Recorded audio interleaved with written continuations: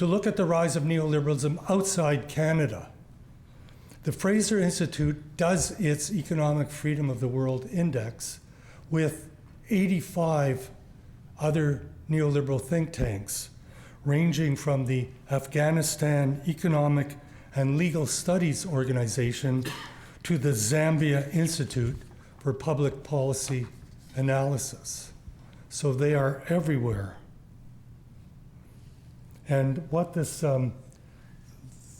slide on the left shows how Canada, well, if you look at it over a number of years, how Canada has risen up the rankings every year under Harper.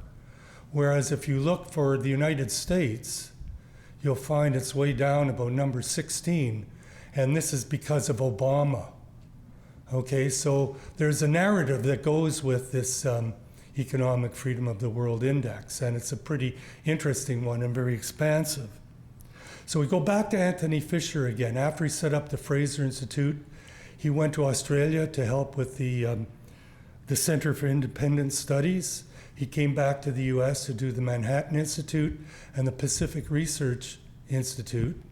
And then requests were coming in thick and fast for people, business people all over the world to help them set up these institutes, which obviously were being very effective. So what he did was he set up the Atlas Economic Research Foundation, which was an effort to automate the process of setting up these institutes.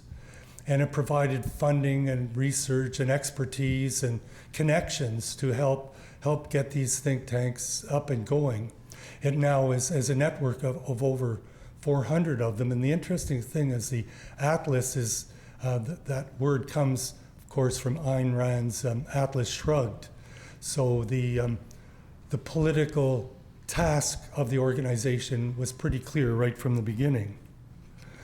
Once Atlas was set up, the first push was into Central and Latin America in the 1980s, and you can see neoliberal think tanks all over South and Central and Latin America.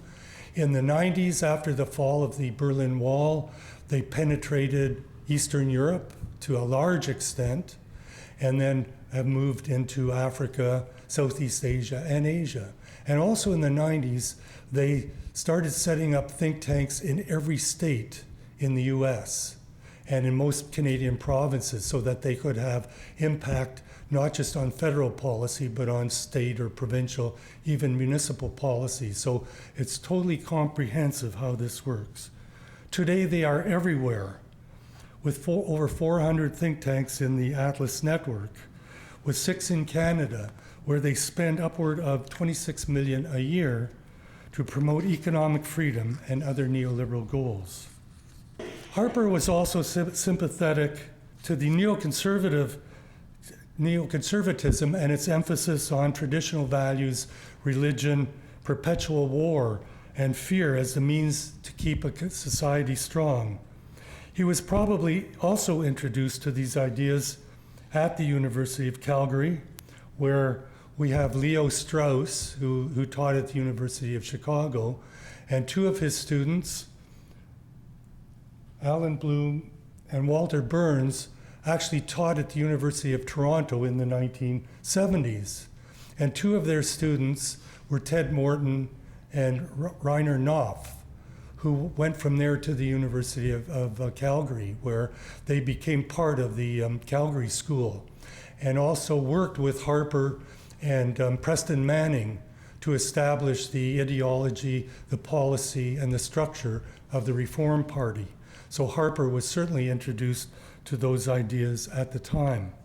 And Ian Brodie was a student of Ted Morton, who and followed on the tradition started by Walter Burns, which is really a tradition attacking the Charter of Rights and Freedoms as being antithetical to what the founding fathers of the nation wanted.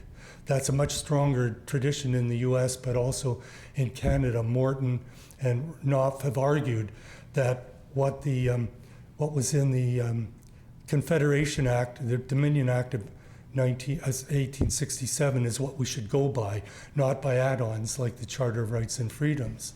And so Ian Brodie, who also followed in that tradition, became Harper's first chief of staff. So you can see how tightly tied he was to that. In the US, some of Strauss's students and followers grabbed control of foreign policy making in the George W. Bush administration and persuaded Americans they needed to invade Iraq, fabricating the evidence for the weapons of mass destruction. Sometimes the people had to be lied to, deceived, to get them to do the things the ruling elite had decided they needed to do. Was the elite ever wrong in this case?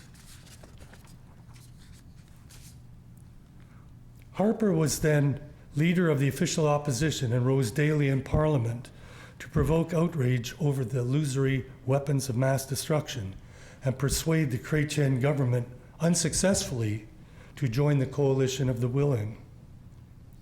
Once in office, Harper moved forward on neoconservative tenets, making war the default government position, embracing Israel as Canada's closest ally and friend, creating enemies that could never be defeated, and instilling fear as a fundamental Canadian value.